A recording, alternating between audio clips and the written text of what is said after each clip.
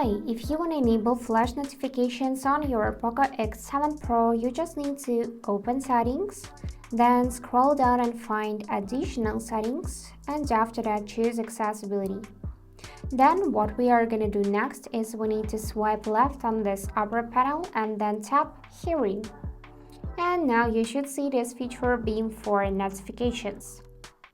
As a first step, we need to enable it by tapping on this switcher, and now we just activated camera flash.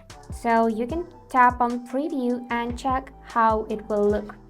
So each time you'll receive new notification or alert, you'll see this flash, and this is how it will look.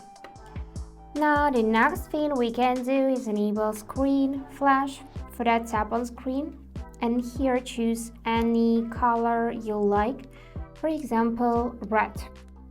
Now let's tap preview, and this is how it will look with screen flashlight enabled. So each time you'll receive notification, your screen will be flashing red like that. If you don't like this, just choose off, and now only back camera would be flashing. Also, you can just read this information about the feature.